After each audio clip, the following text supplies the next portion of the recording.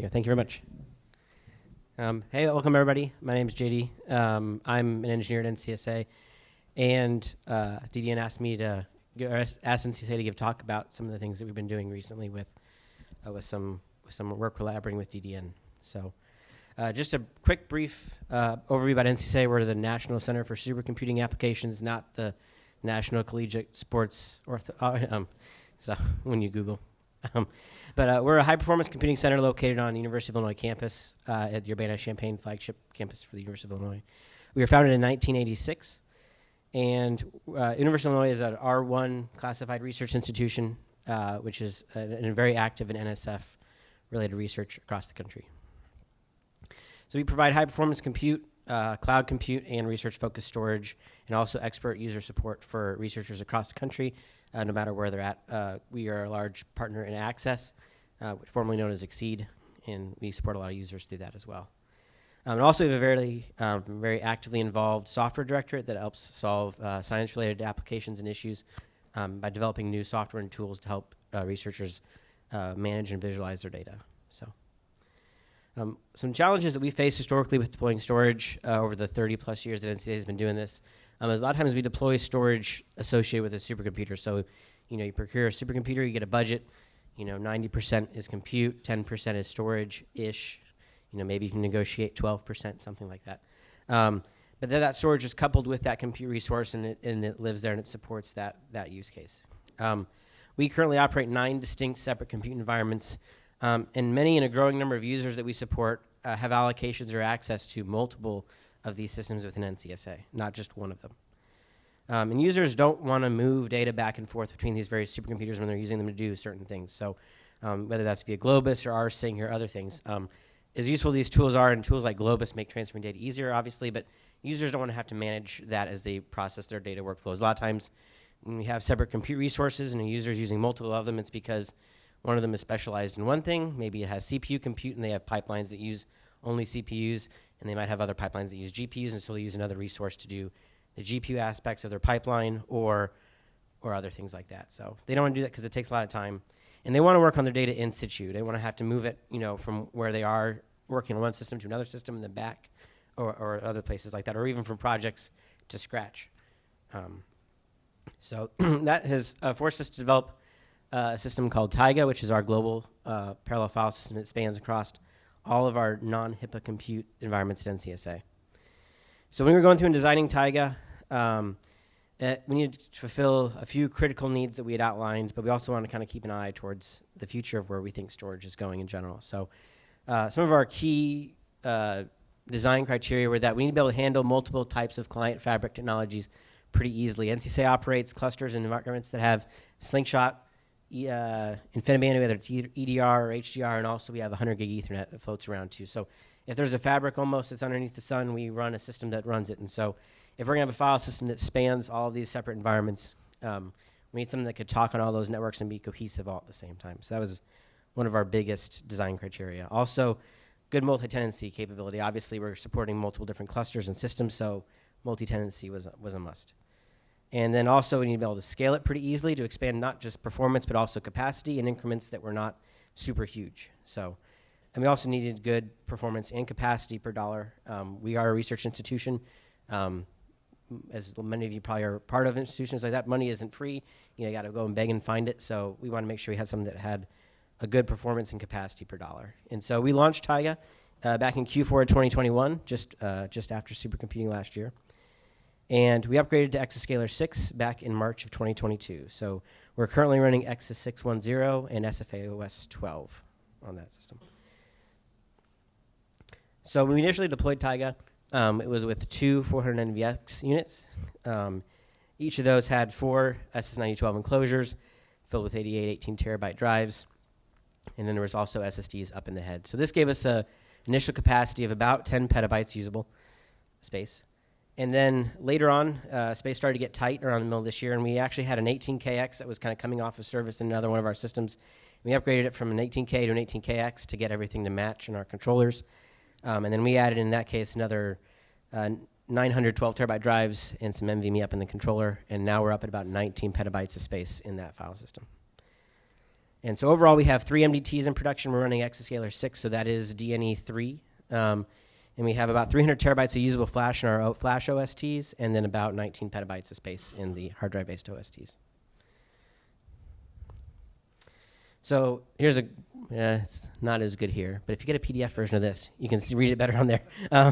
But in general here, so this is Taiga's overall architecture. There is an HDR, InfiniBand backbone network that is what provides Taiga with all of its back-end bandwidth and connectivity. And so there are LNet routers for each of our compute environments. For brevity, I didn't put every single compute environment on that diagram there. It wouldn't fit very well. These LNet routers are just LR6515s that sit there and convert fabric types from that HDR back-end InfiniBand fabric to whatever that cluster's network fabric is. And our total performance capacity now for Taiga is about 110 gigabytes a second after our upgrade and expansion here in the fall. So on Taiga, we use a PFL. And when everyone talks to me or asks, I highly recommend exploring PFLs for your site if you aren't using a PFL already. For us, we capture our first 64 kilobytes of flash on those flash OSTs, and that actually is capturing about 77% of our files by file count right now on the file system. And we're looking at expanding that capture size up from 64 kilobytes to something a little bit higher.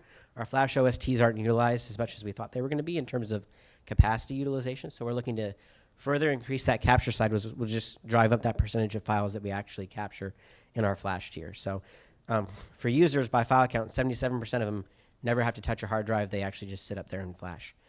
And then our PFL actually, after we hit 64K, it also doesn't just stage it out to OSTs that are hard drives. It ratchets up the stripe count as we get bigger on the file count, also, bigger on the file size also.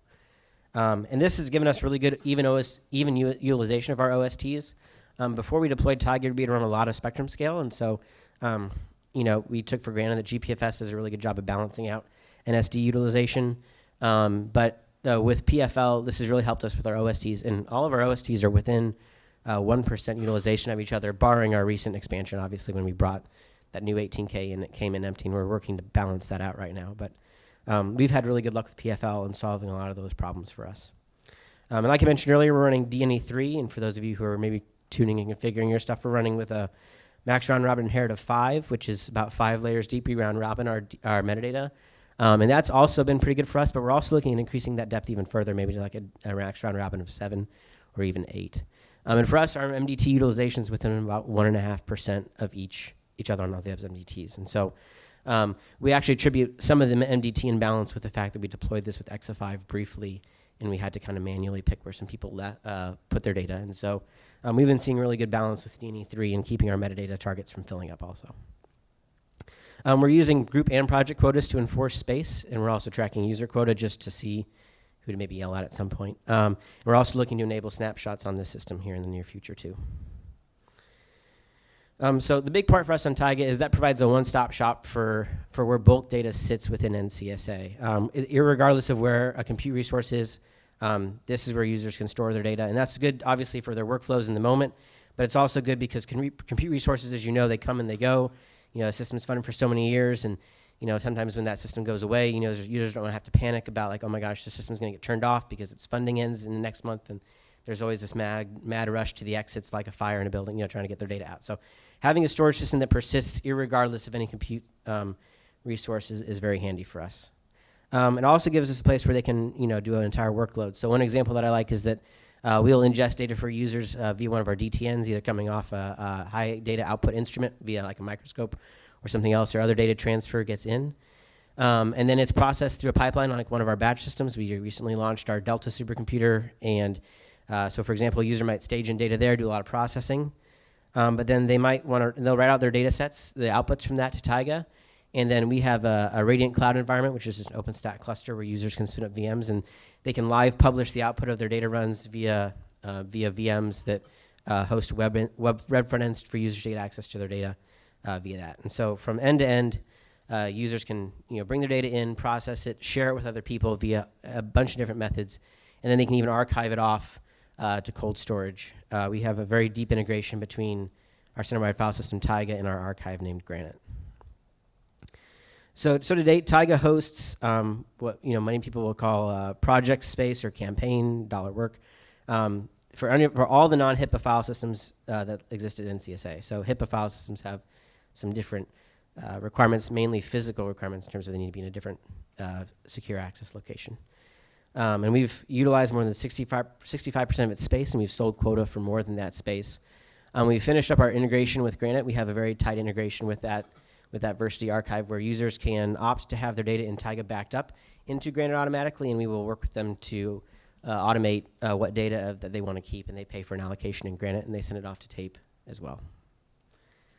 And this is a fully cost-recovered system, and so we have done the government costing rate for this within our institution, which really helps.